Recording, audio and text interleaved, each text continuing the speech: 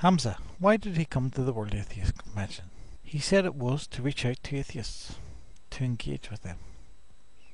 As we've seen in the previous video, this is not the case.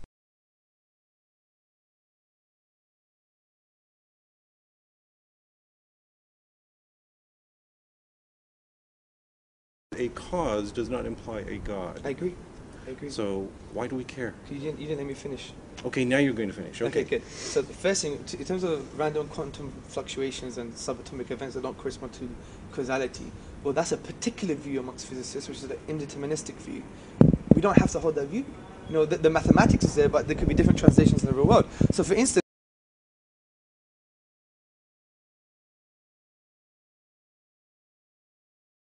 the Quran is probably the only religious book that tells you, gives you the tools to interpret it, right?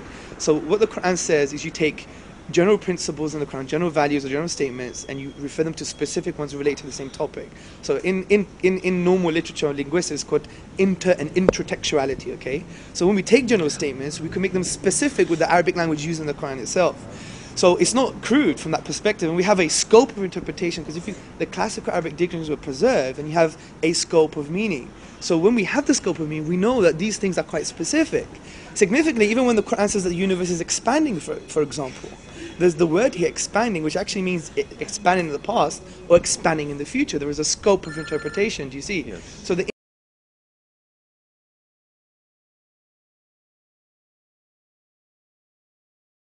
I'm just kind of surprised that your argument rests on the fact that you're arguing that Arabs were ignorant nomads who knew nothing at all. Yes, this is what we're saying. Yes. He is saying that when science discovers new things, that they can reinterpret the Quran to make the Quran compatible with those new discoveries. That's what I'm telling you. That for instance, when we look at Aristotle's words, when we look at the descriptions of the Quran, we see a correspondence. Well, that is you haven't evidence. shown us any correspondence. yeah, that's the point. That's just a You statement. haven't shown us. This is a statement. Aristotle is like the Quran. How? Aristotle also describes the emergence of bones and muscle in sequence. Right. Okay. And it's like the Quran.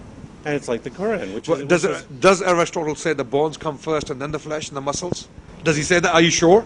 Anybody that works. I'll let you think about this. Well, if you are you is that what I'm not saying it. Can you are you sure? Is that what the Quran specifically says? Absolutely. This is exactly what the Quran says. Chapter 23. Because you just demonstrated the Quran is wrong. Yeah, but How? Myers. Because that's not what happens in Well, development. this is what the embryologists are telling us. This is exactly what the embryologists are telling us. No, they're not.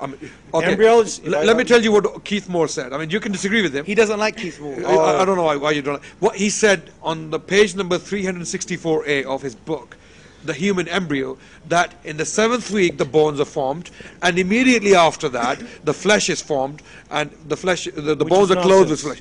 Well, Keith Moore is wrong. He's an embryologist. This is his field. It's my field too. I know he's wrong. You're an embryologist? Yes. Oh, great! Wow, wow, that's news to me. Okay. So that's wrong, because what happens first is you have differentiation of mesoderm. Right. That within the mesoderm you have segregation into things like embryonic mesenchyme, and then you have these cartilaginous centers that will form bone. Right. And these are forming simultaneously with each other. Right.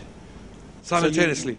Yes. Even if that's the case, the Quran is right, because thumma is very, even if that's the case, linguistically the Quran is right. Thumma literally can in Arabic language means things happening simultaneously. Yes, well. yes, But in that's parallel. So there you have it. Islam, the self-fulfilling, plastic and malleable religion for the 21st century.